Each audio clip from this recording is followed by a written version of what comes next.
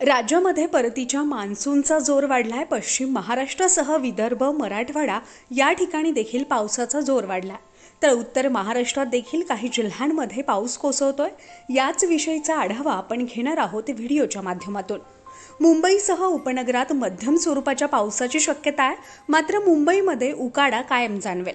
मुंबई, ठाणे, पालघर, रायगड, रत्नागिरी तसेच सिंधुदुर्ग या कोकणातील जिल्ह्यांमध्येही हलक्या पावसाची शक्यता आहे।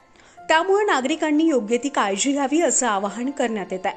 मुंबईत उद्या 27 अंश सेल्सिअस कमाल तर 21 अंश सेल्सिअस किमान तापमान असेल। पश्चिम महाराष्ट्रातील पुण्यासह सातारा, सांगली, सोलापूर या भागात पावसाची शक्यता वर्तवण्यात आली आहे। या जिल्ह्यांना पावसाचा येलो अलर्ट देखील जारी करण्यात आला आहे। पुण्यात उद्या 28 अंश सेल्सिअस कमाल तर 20 अंश सेल्सिअस किमान तापमान असेल।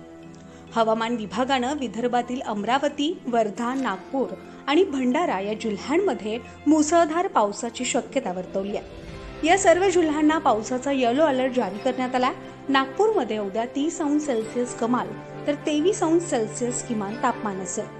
मराठवाड्यातील बीड, परभणी, नांदेड, लातूर आणि धाराशिव या जिल्ह्यांनाही पावसाचा अलर्ट देण्यात आला आहे। शेतकऱ्यांनी आपल्या शेतमालाची काळजी घ्यावी असं आवाहन देखील करण्यात येत आहे। छत्रपती संभाजीनगरमध्ये उद्या 28 अंश सेल्सिअस कमाल तर 21 अंश सेल्सिअस किमान तापमान असेल।